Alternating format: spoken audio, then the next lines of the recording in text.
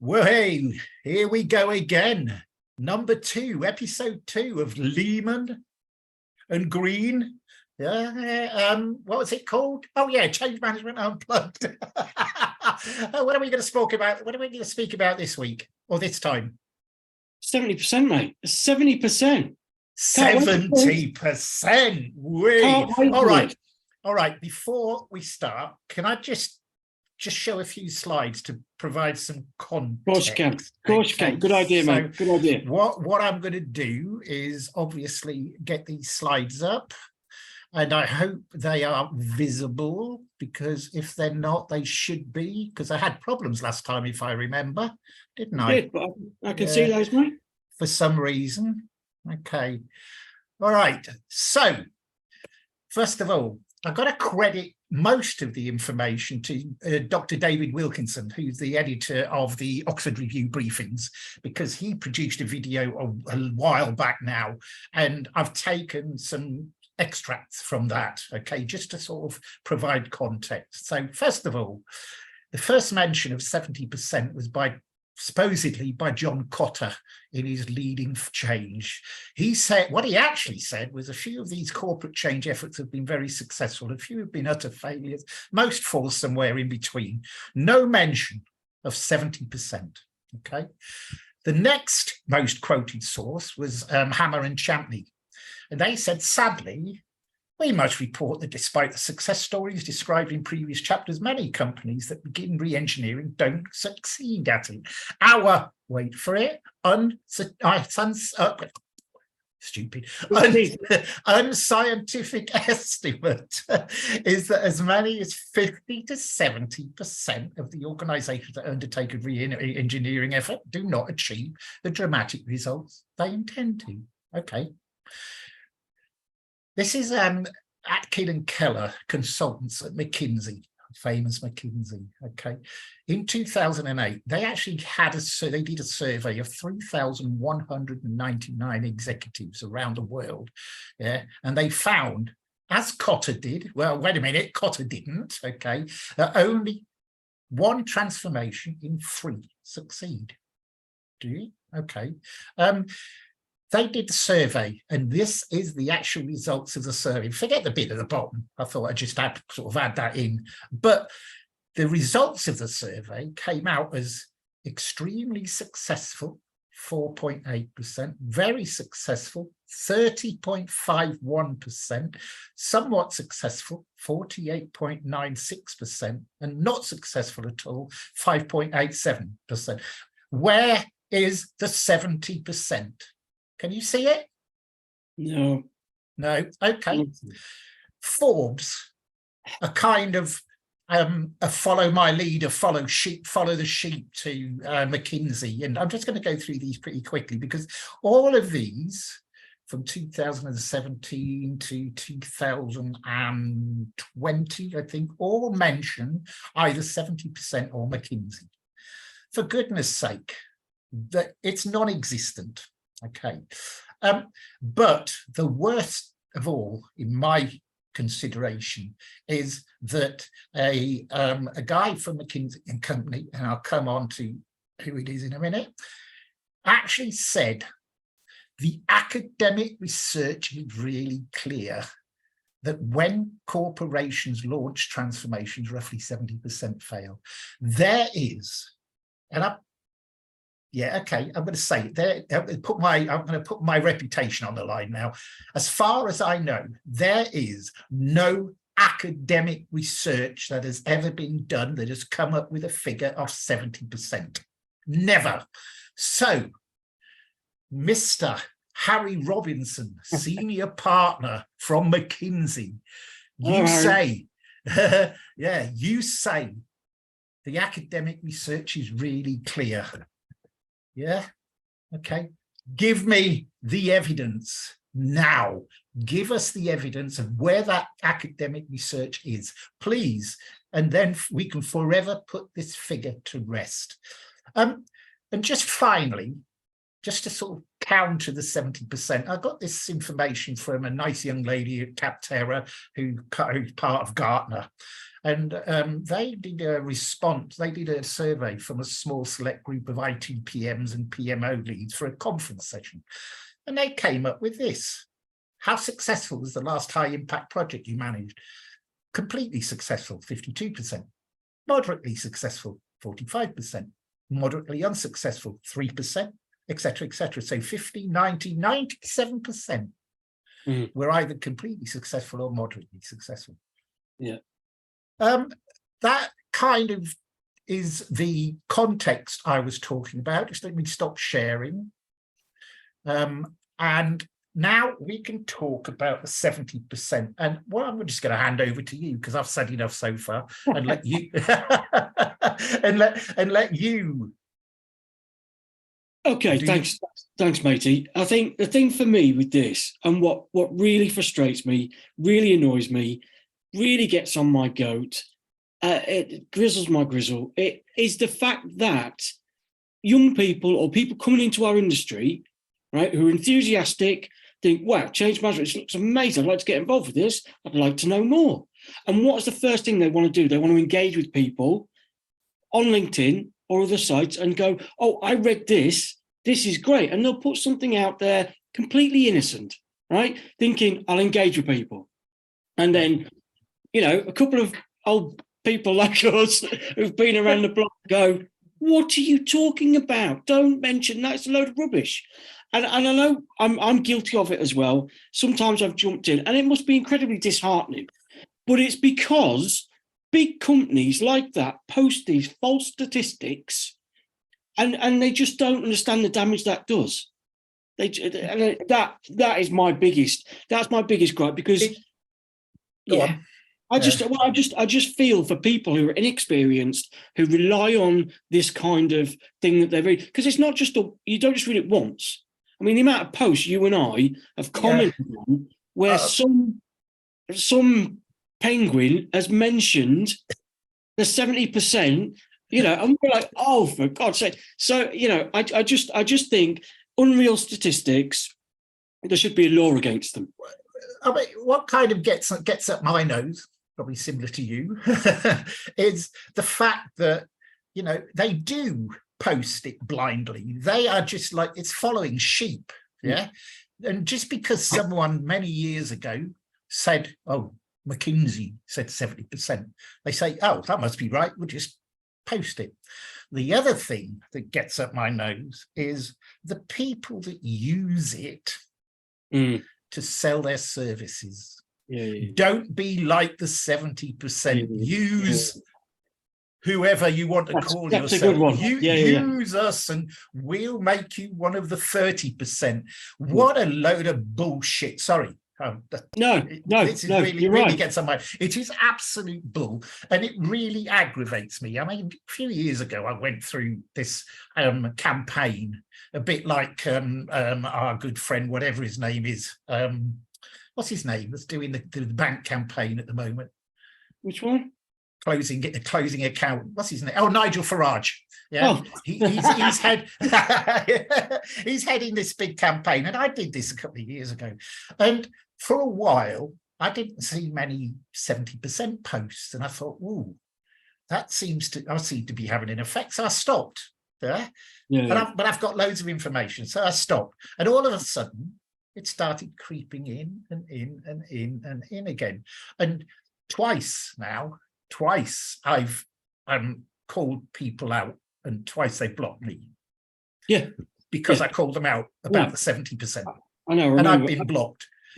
Well, wait a minute. Why can't you have a decent chat, comment, engagement about the actual statistic? And why can't you listen to me? Challenge back. Because I've got a lot of information about this. And they just don't want to. Apparently you've been doing it a while. so, firstly, mate, can I just say, in terms of professional credibility, don't compare yourself to Nigel Farage, right? You're leagues ahead, okay? Secondly, I totally agree, but that happens a lot. I think with a lot of elements in change management, it's being turned into a mechanism to sell, right? And I get that people have to do that. I understand that. But when you're using false statistics to back up your service doesn't give you any credibility. Yeah, but I mean, what I can't understand is why use failure to back up your sales? Why don't you just say success? Yeah. You know, all the projects we've been involved in have been successful. Why don't they use success? Why do they have to use failure?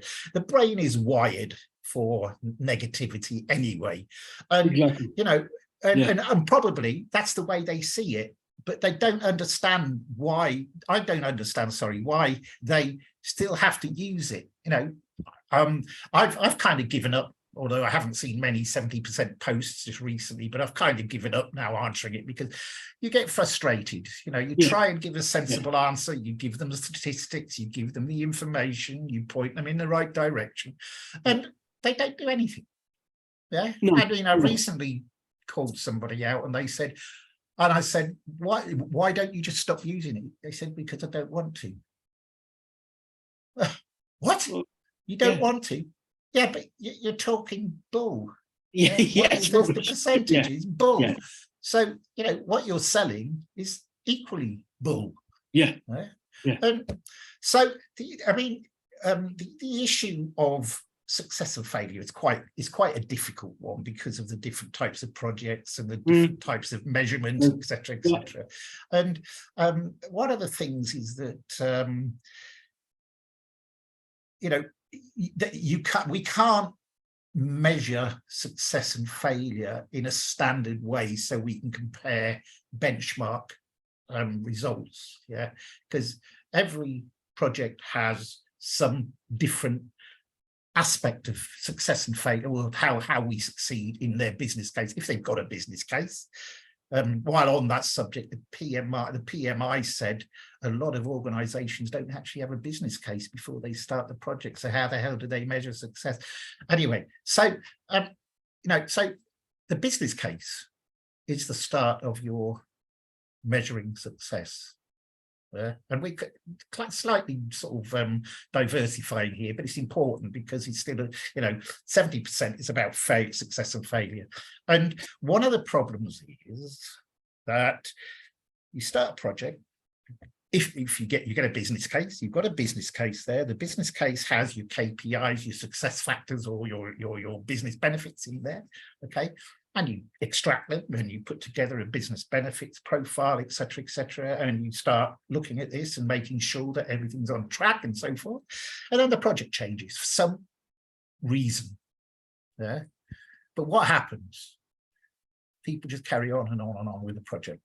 They don't go back to the business case, and they don't go back to check that, well, now that the project has gone off at a slightly different tangent, yeah, that may impact the business case, which may impact the KPIs, which may impact the CSFs, which may impact the business benefit. So we need to go back to the business case and double check and check just in case it's changed, because we'll need new measures for success. And they don't do it. So what they're doing, they finish the project and they say, oh, look, we've got this. But wait a minute, where's that in the business case? Do you want to hear something incredible then, mate? On that very subject, right? So I'd say, what, over 20 years of doing change, you would be astounded, like probably outraged at how many projects and programs I've worked on where they didn't measure any benefits. It's just crazy. But surely isn't that the start?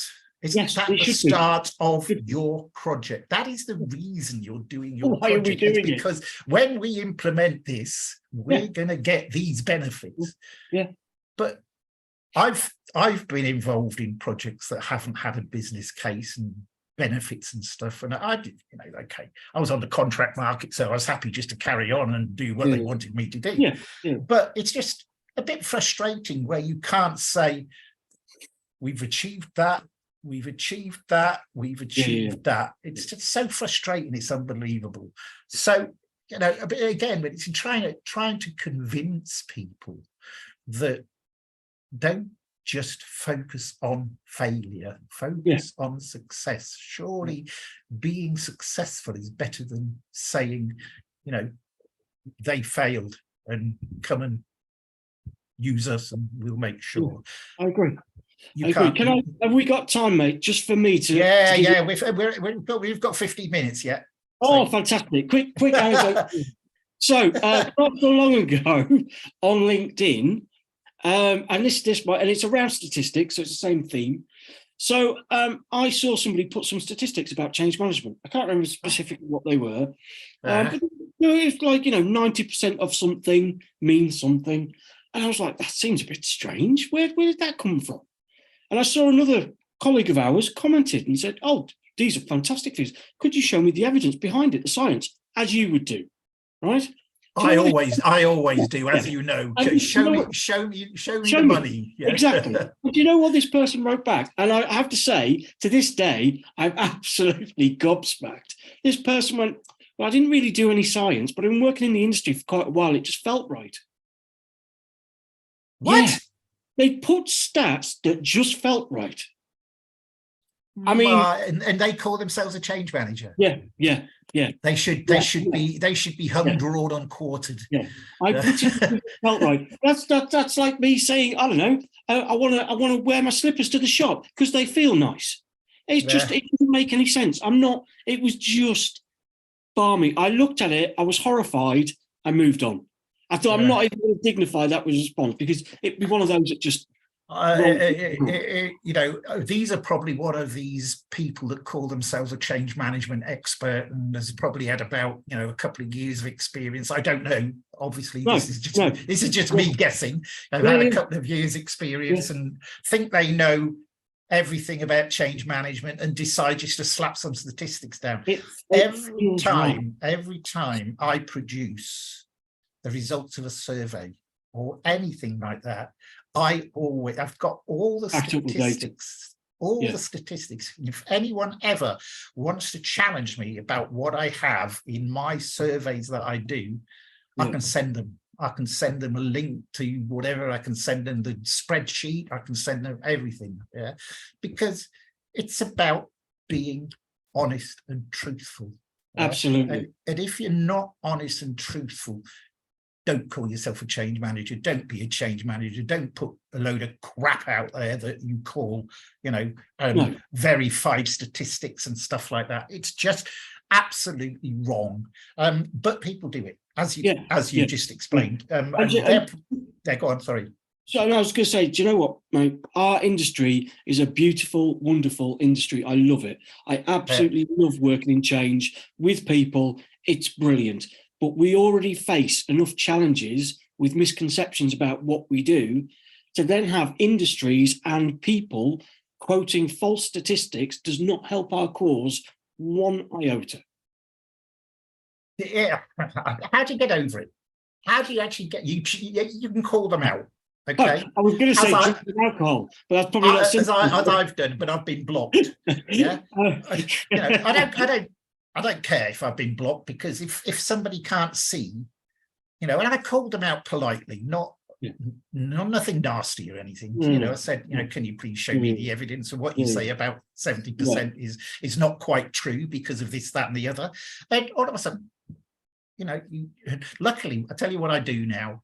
If I call somebody out and I'm thinking, hey, I think this person may block me, I keep a copy. I copy and paste all the comments to that specific post, so I can have a go back without them knowing. And it's just I suppose it's me just being not paranoia, but I just like to keep a sort of record of doing things like that, because I like to sort of read back and say, did I say something wrong? By calling them out? And if I did say something analyze wrong, your approach to it. Why did they challenge me? And then when I challenge back, why did they block me? And I try to understand why they blocked me. And sometimes it's just done, blocked, no reason. But I always try and make sure that I haven't said anything untoward. Don't get me wrong, I do occasionally say some things that maybe I shouldn't really say. But it's just annoying. What there was another thing I was going to say. Oh, I Mark, can't you remember wonderful? now. Sorry? Mark, you wonderful? Mark, I love you. You're wonderful. Have we got time on the clock, mate, to tell people what's coming up? Yeah, we've got 10 minutes. Yeah. Oh, fantastic. I love So, that. I mean, I'm just trying to think of what else I was going to speak about on the 70%. You know, I just want, yeah, okay, let's wind this down a bit. I urge you to find David Wilkinson's video. Okay, I urge anyone that's listening to this to find his video, because it is quite clear in there that he has torn McKinsey apart. Yeah, he's absolutely torn them apart. Okay, and you know, if you don't believe anything, believe what he said. I mean, he's a very astute guy.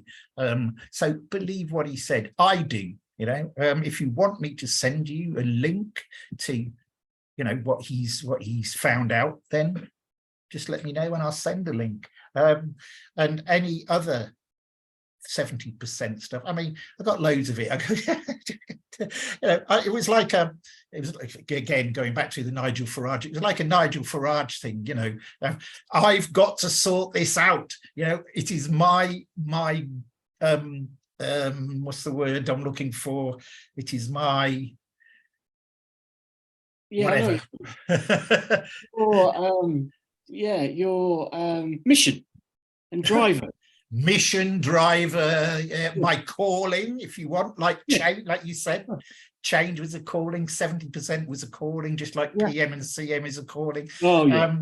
And it's just so frustrating. And I'm waiting for the next 70% to come out, because what I would have is this this recording to say, hey, what a load of rubbish. Take a listen to this, will you? Yeah, we don't need anything else now. We'll I have to say though, mate, I don't think your campaign has been in vain, because there's a lot more acknowledgement now that it is rubbish across the patch. I'm seeing a lot more people step up, and they will either go, Ron, take a look at this, or I mean, to be honest, sorry to interrupt, but to be honest, every time there is a 70% comes up, someone sends me a message and says, "Hey, Ron, you're the 70% man. Yeah. Take a look at this." So it's nice to have that kind of recognition, but it just gets a bit frustrating that after 3 years, that you know, you're still on the same subject. And I even wrote about this in 2014. Yeah. 2014. I told you you'd be doing this while I was in nappies. Shut up. Hey, what do you look at me? Look at me. Look at my, you know, I'm still good. I'm still good looking. I'm still, you know, and I wasn't in nappies in 2014. No, okay. So we've got 6.5 minutes left. So is there anything else you want to chat about? Because I think we've done the 70% to death anyway. I think I'm hoping that people will see this. Like I say, you have a mechanism now in which to go, look at this. If you start talking about it, I'm frustrated with that, and general statistics as a general, I find annoying. You know, if they're not backed up, then don't share them. Don't presume. It doesn't have to be 70%. It could be 90% or 10% or whatever. But I tell you something, just in general, generically, 70% seems to be a percentage that is attributable to most things. You know, not only failure, because I see articles and stuff, 70% of and it's nothing to do with change management failure. So 70% seems to be a kind of you know, a percentage that people just like pick up and use without any evidence to the contrary. You forgot what I was going to say then. So about 5 minutes. Okay, let's take it. One of the things I'd like to do, actually, one of the things I'd like to do is ask our audience, our viewers, our astute viewers and audience. Our fan base. Yeah. What would you like us to tackle? We've got a list of things somewhere. We've got a list of things somewhere. Oh, here it is. And I kind of lumped success and failure together with the 70% failure rate. And I think we agreed that the next session was going to be, do you need to be certified? So there's that one, which is kind of we're gonna ruffle some feathers with that one, mate. We're gonna ruffle for some feathers with that one. I think we are. I think we are. And then after that, we've got the use of models and methodologies. One of the interesting things about the models and methodologies is I post every Saturday snapshot guide to models and methodologies. Yeah, and then also on the Sunday I do a single slide teaser for my training, and these posts are getting more engagement and more interest than a lot of my other posts. And you know, I don't understand why. I don't understand. The algorithm is completely misunderstandable. So anyway, so going back to what I said, sorry to interrupt again. So we've got certification, we've got models and methodologies, and we do have another list, but I think, tell us what you want us to talk about. The first one, you know, was PM and CM. This one obviously has been 70%. The next two, certified or not, models and methodology. But, you know, if people come back to us with a consensus of something they wanted us to talk about in this manner, in this casual sort of, you know, sometimes derogatory manner. No, it's not derogatory really, is it? So, then please tell us. And, you know, we can always change. You know, we're very flexible because this is not rehearsed. This is just, you know, the way it's done, etc. So what about that? What do you think about that? Yeah, I think that's perfect, mate. And if this was rehearsed, I'd be wearing a lot of makeup. You know, I got bags under the eyes, mate. Trust me. So no, I think that's fantastic. I think it's a really good idea. We'd love people to get involved. We'd love people to comment, say what you'd like to see. As long as you don't get any stupid ones like does pineapple belong on pizza? Then we're happy. The other thing we're considering is doing live sessions as well, isn't it? Yes, it is. So you know, live session. Well, this is kind of live anyway. You know, this is not. It's okay. It's recorded, but it's kind of live. So, yeah. Let's think about a live session because LinkedIn Live. We can then take sort of questions from the audience and stuff like that. A bit like the APMG Level Up series, but a little bit more, a little less formal. You know, a lot where we can actually. I shouldn't really. No, I'm not going to say anything. I'm not even going to go there. I do enjoy the Level Up series, to be honest, and I try to inject a bit of humour into it. But you have to be careful because it's a formal type, you know. But this kind of, you know, conversation is like nice. I like being open and honest. Okay, we've got 1 minute left. You got anything else you want to say? No. I think that was really good. I think I'm really looking forward to our future conversations. I think we're going to cover off some great topics. And although, you know, there's a bit of banter, obviously, I think what is nice about this is we always have a serious subject, and we have our own opinions. Yes, we talk the way we talk, and we have a laugh and a bit of banter, but it is always a serious subject matter. And these videos should actually help people. And if they want more, they should reach out to us. I mean, talking about the videos, the last one had over 100 views, and it's obviously stagnated like most videos do because, you know, they sort of end up, you know, people have watched them and that's it. But let's see if we can get more than 100 views on this one. Yeah. Okay. Because I've got to figure out how to upload it again. I forgot how I did it last time. I don't mean to make you worry, mate, but 95 last time, that was my mother. She was bored. So. All right, listen, Awesome, mate. that's it, 30 minutes done. So thank you very much, everybody. Brilliant. Say goodbye, Mark. Goodbye. Say goodbye, Ron. Goodbye. All right, see you next time.